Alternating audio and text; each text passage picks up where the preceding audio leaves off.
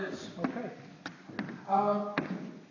2 years ago, I had a rather challenging year, to be honest, because I had to make some tough career choices.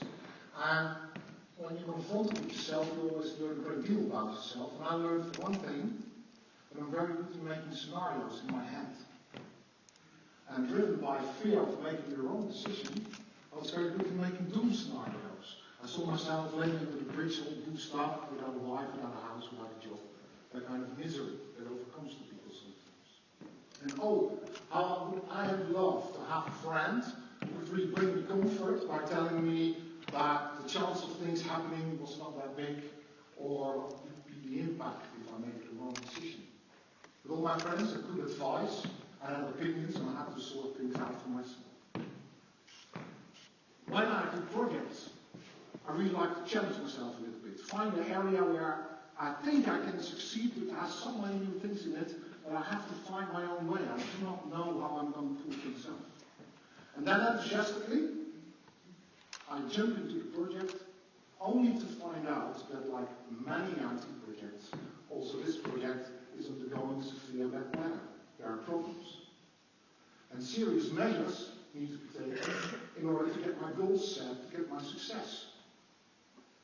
And we all know that the testing trade and testing problems has many, many root causes outside the testing trade. So we do need commitment from our managers in order to pull things off. And we do not always get the commitment that we want. The project continues just like it did before.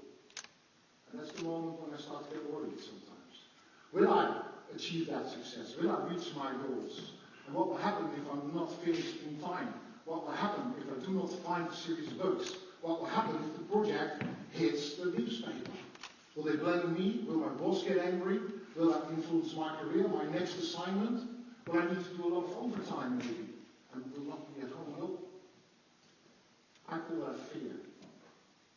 Fear and anxiety are, of course, very strong words, but are levels of fear. We got the frown, we got the small concern, we also got sheer panic that keeps us awake at night. And if we accept that fear is an element of IT projects, what does that tell about our project managers?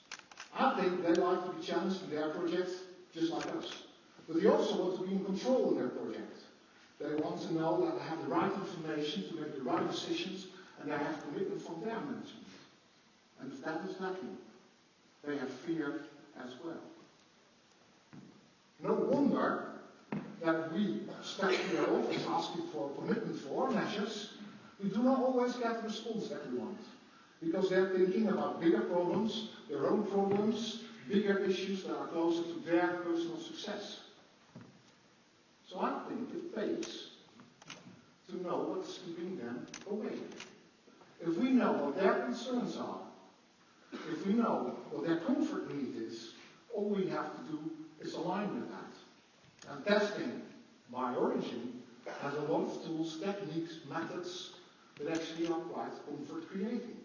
We talk about risks that we cover, we know the progress of the project, we know the quality of the code and such kind of stuff. So if we can make our manager understand that if he helps us taking the measures that we need, we're actually going to reduce his fears, his worries, and create comfort so he will sleep at night. He won't make doom scenarios because he's fearing where the project is going. We'll get all the commitment that we want. Having big advantages, because not only can we do the things that we need for our own success, we're also his wing partner. We're the guy that adds value. We're the guy that he truly believes helps him personally. And I think that's a great thing.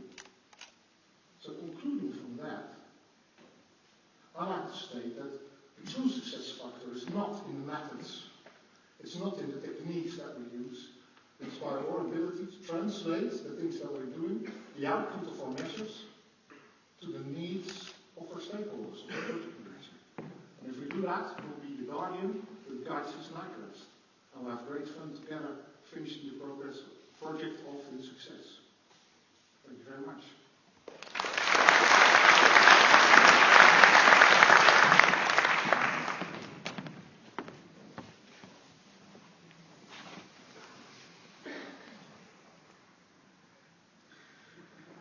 So, I wrote 2 books on agile testing, but what I'm